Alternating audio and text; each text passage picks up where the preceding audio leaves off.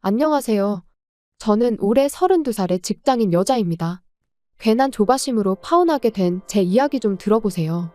몇 년 전부터 친하게 지내던 친구들이 하나둘씩 시집을 갔어요.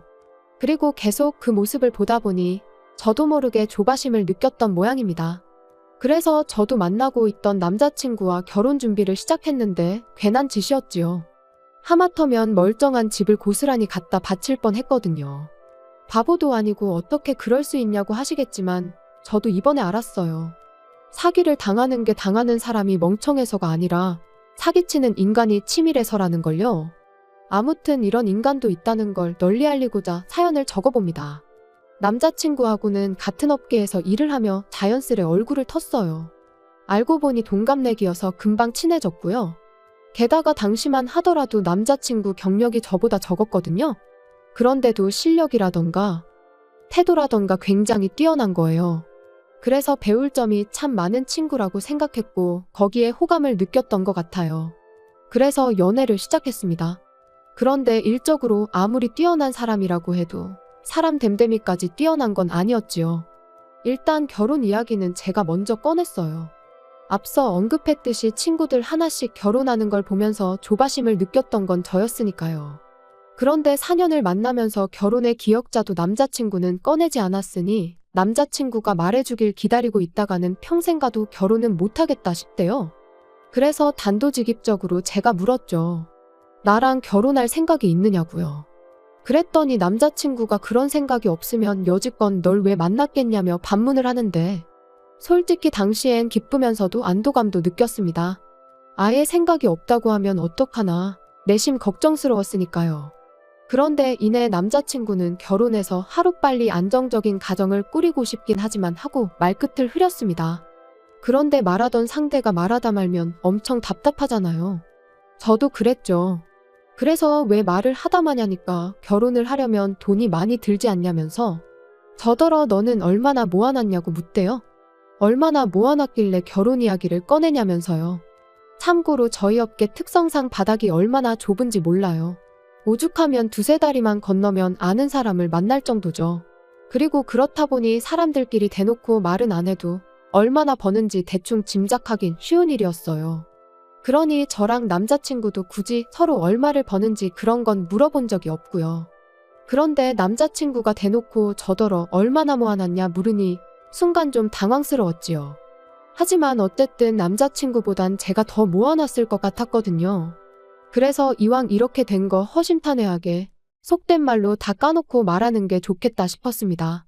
그래서 나는 1억 좀 넘게 모아놨지 하니까 남자친구가 자기는 이제 2천 모아놓은 게 달아나요? 그 중에서도 1,000은 지금 살고 있는 원룸 보증금으로 묶여 있다고요. 그리고 그 얘기를 들었을 때 실망하지 않았다면 그건 거짓말일 거예요. 그래도 직장 생활을 몇 년을 했는데 2천이라니. 1년에 1,000만 원씩 모으는 것도 힘들 만큼 벌이가 적은 건 아니었을 게 분명했으니까요. 결혼 이야기를 괜히 꺼냈다 싶었습니다. 그런데 남자친구는 오히려 제 심각한 얼굴을 잘못 이해했는지 자기가 처했던 상황을 구구절절 설명하기 시작했어요. 졸업하자마자 학자금 대출도 갚아야 했고 취직한 이후로는 어려운 집안 형편에 얼마씩 생활비도 보태드려야 했다면서요. 그래도 다행인 건 이후로 부모님 형편이 많이 나아지셔서 재작년부터는 생활비를 보태지 않고 있답니다. 학자금 대출도 다 갚았고요. 그래서 이제는 돈이 모일 일밖에 남지 않았다나요? 그러면서 우리가 같이 힘을 합치면 1억 모으는 건 금방이라는데 그게 묘하게 설득력 있게 들렸어요. 실제로 제가 아는 남자친구는 허튼데 돈 쓰고 그러는 사람은 아니었으니까요. 그래서 마지막으로 남자친구한테 그럼 이제껏 돈 때문에 한 번도 결혼 이야기를 꺼낸 적이 없던 거냐고 물었습니다. 그랬더니 맞대요. 자기가 그래도 남잔데 통장에 한 1억은 만들어지면 그때 얘기하려고 했다고요. 그리고는 솔직히 자기가 저랑 동갑이 아니라 두세 살만 많았으면 벌써 결혼 이야기를 꺼내고도 남았을 거라는데 제가 결혼이 어지간히 하고 싶었던 건지 그 말 또한 다 그럴듯하게 들리는 거예요. 아무튼 그래서 그때부터 저희 나름대로 결혼 준비를 조금씩 하기 시작했어요. 마침 웨딩 시즌을 앞두고 박람회가 한참이었길래 가서 상담도 받아보고 주변의 기혼자들에게 여러 가지 조언을 구하기도 하면서요. 그리고 대충 머릿속에서 이런저런 가닥이 잡혀갈 때쯤 집에다 말씀을 드렸습니다. 지금 남자친구랑 결혼하려고 한다고요. 그랬더니 어머니가 어찌나 기뻐하시던지.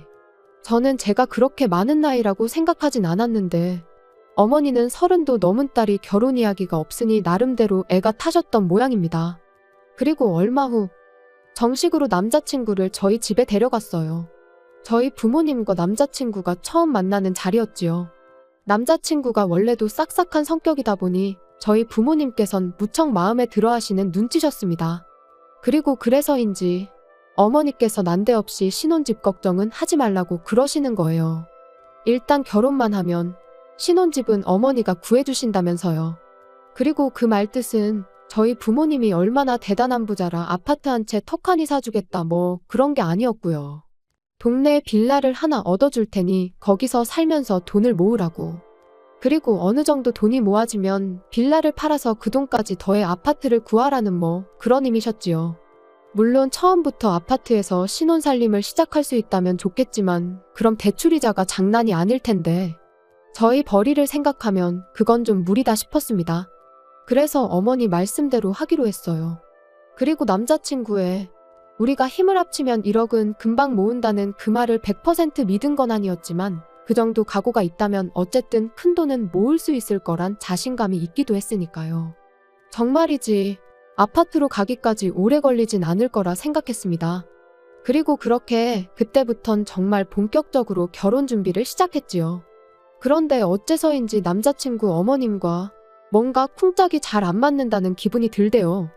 그간에 남자친구가 집에다 한 효도야 자기가 원해서 한 거라 치더라도 어떻게 보면 희생을 한 거고 게다가 일방적이긴 했어도 저희 어머니께서 집 문제도 해결해 주신다고 했는데 그 부분에 대해서는 이런 방구도 없으셨던 데다가 1,000원 한 장 보태주실 생각도 없으신 눈치셨거든요.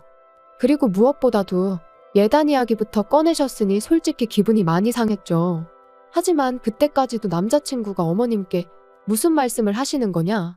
이미 여자친구가 해오는 게 얼마나 많은데 예단까지 바라시냐 해가며 제 편을 들어줬어요. 그리고는 자기 파혼당하는 꼴이라도 보고 싶으신 거냐며 화를 내기도 했고요. 그래서 어머님과 삐그덕거리는 느낌이 들었어도 크게 걱정은 안 했습니다. 남자친구가 중간 역할을 지금도 잘해주고 있고 앞으로도 잘해줄 거라고 믿어 의심치 않았으니까요. 그렇게 제가 집을 해가고 예단은 생략하고 남자친구가 혼수를 해오기로 했어요. 저희 어머니께서 빌라 계약을 서둘러서 하신 탓에 이미 집이 비어있던지라 남자친구가 틈틈이 가전제품이나 그릇 같은 걸 사다 채워놓기로 했죠. 그리고 그런 것들을 구매하는 과정에서 다시 한번 남자친구의 경제 개념을 엿볼 수 있었습니다. 뭐 하나 섣불리 사는 일 없이 꼼꼼히 가격 비교도 하고 후기도 확인하는 모습이 남잔데도 참 야무져 보였고요. 하지만 그 모든 게 결국 제 눈을 멀게 하려던 남자친구의 개수작이었다는 걸 알게 되었어요. 남자친구의 자취방 계약 기간이 끝나가고 있던 무렵 결혼식까지는 3달 정도 남은 상황이었습니다. 그런데 남자친구가 저한테 빌라에 먼저 들어가 지내면 안 되겠냐 물어보대요. 빌라는 이미 비어있고 자기가 짐도 어느 정도 챙겨놓았지 않냐며 본가로 돌아가기보단 그 편히 출퇴근하는데 편할 것 같다면서요. 하지만 저희 어머니께서 아무리 그래도 신혼집인데 시골리고 같이 들어가면 좋겠다 하셨습니다. 그러니까 남자친구가 꽤나 아쉬워했는데 저도 어머니의 말씀이 맞다고 생각했네요. 남자친구가 먼저 빌라에 들어가면 남자친구 어머님 입장에선 와보고 싶으실 수도 있고 그럴 수도 있잖아요. 그런데 제가 없는데 왔다 가시면 제 기분이 썩 좋을 것 같지 않았거든요. 아무튼 그래서 일단 남자친구의 집은 빼서 본가로 보내기로 얘기가 되었습니다. 그래도 다행히 남자 혼자 살던 집이라 짐이 많지는 않대요. 그래서 1차로 짐 정리가 끝나자마자 남자친구가 먼저 본가로 향했고 저는 혼자 남아 자질구레한 것들을 정리하기 시작했어요. 만약 그때 그 자질구레한 것들을 정리하지 않고 대충 어디다 처박기라도 했으면 전 지금쯤 빼도 박도 못하고 웨딩 마치를 올리고 있었을지도요. 큰 짐이 빠져나가고 빈 방을 보니 제 방도 아닌데 기분이 싱숭생숭했습니다. 하지만 언제까지 감상에 젖어 있을 건 아니었으니 얼른 다시 정리를 시작했어요.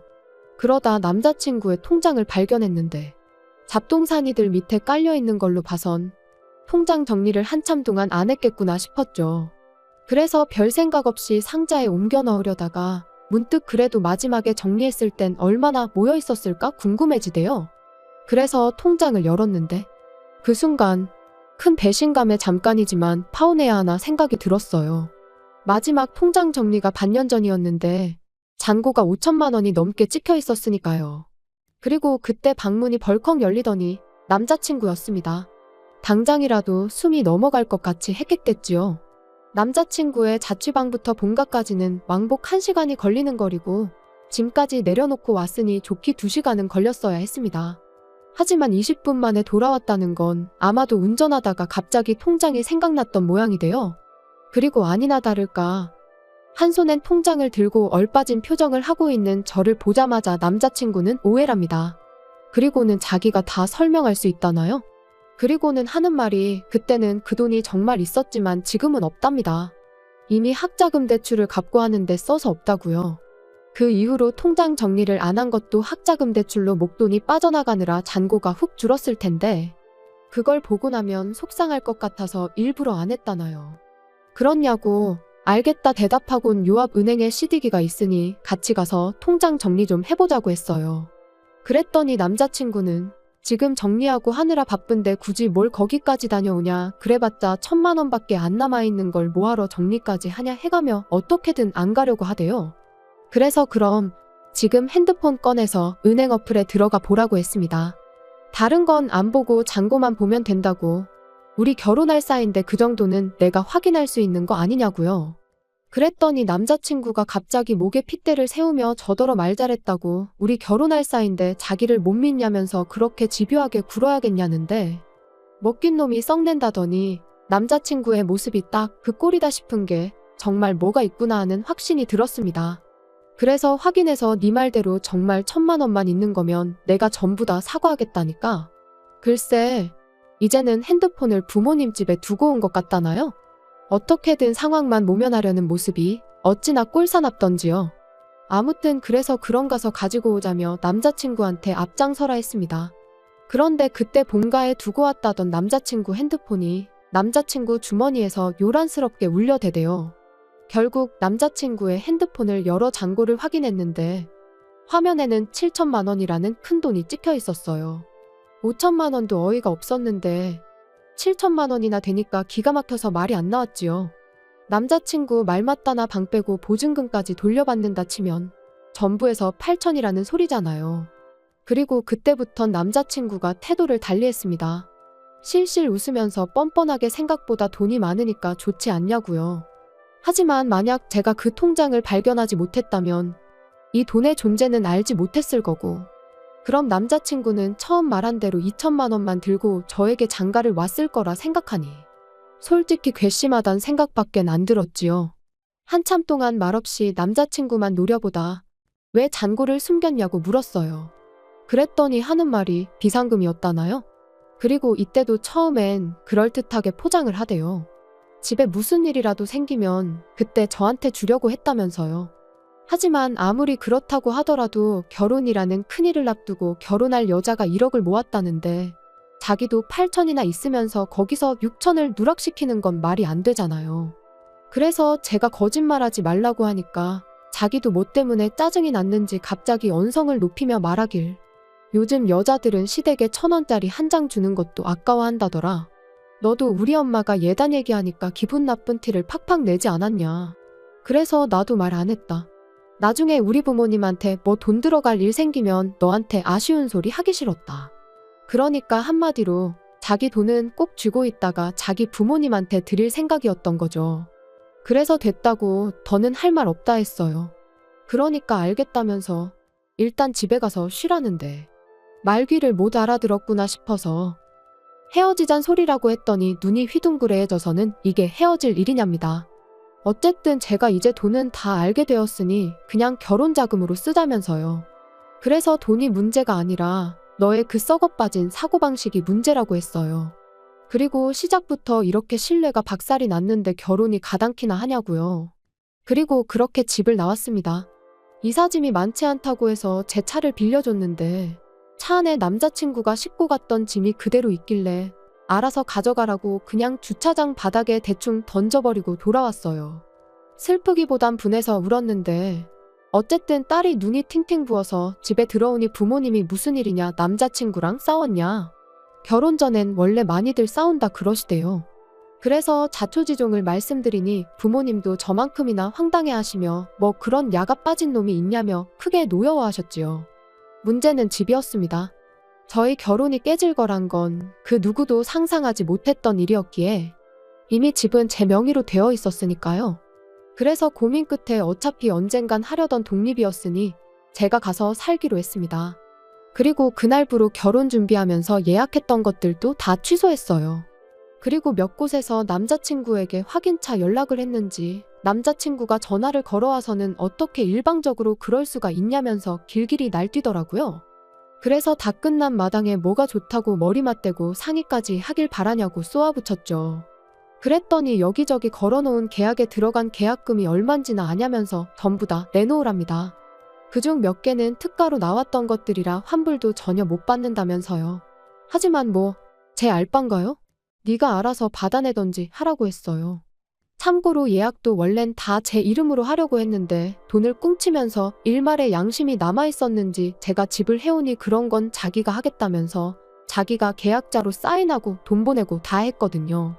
그리고 내 집에 사다 놓은 물건들도 현관밖에 내놓을 테니 다 가져가라니까. 제 취향에 맞춰서 산 것들인데 자기가 가져가면 뭐하냐고 저더러 자기한테 살아나요? 돌았냐고 중고로 팔던지 사랑하는 너희 부모님한테 선물로 드리라고 했습니다. 그랬더니 전화기 너머로 저 때문에 얼마를 손해를 본 줄 아냐면서 아주 울고 짜고 난리도 아니었어요. 그래서 저도 그 돈 몇 푼이 문제냐고 하마터면 나는 사기꾼한테 집 갖다 바치고 평생 같이 살 뻔했다고 소리를 질렀죠. 그 뒤로 몇 번이나 남자친구한테 전화가 왔지만 전부 다 무시했어요. 그렇게 한 일주일을 내리 전부 씹었더니 급기야는 집으로 찾아오대요. 그래서 결국 저희 아버지가 야구방망이를 들고 저 대신 나가셨습니다.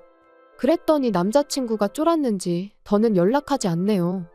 이쪽 업계가 바닥이 좁다 보니 원하지 않아도 금방 저희가 파혼한 게 소문이 날 겁니다. 그게 조금 걱정이긴 해요. 남자친구가 워낙 사회생활을 잘하니 어떤 프레임을 저한테 씌울지 두려운 거죠. 그래서 제가 먼저 적극적으로 파혼한 걸 이야기하고 다녀야 하나 싶기도 하고. 아무튼 남자친구가 마지막으로 저한테 한 말이 너 때문에 쫄딱 망했다는 소리였는데 남자친구 소식을 다시 듣게 되는 날이 온다면 진짜로 쫄딱 망했다는 소식이었으면 좋겠네요.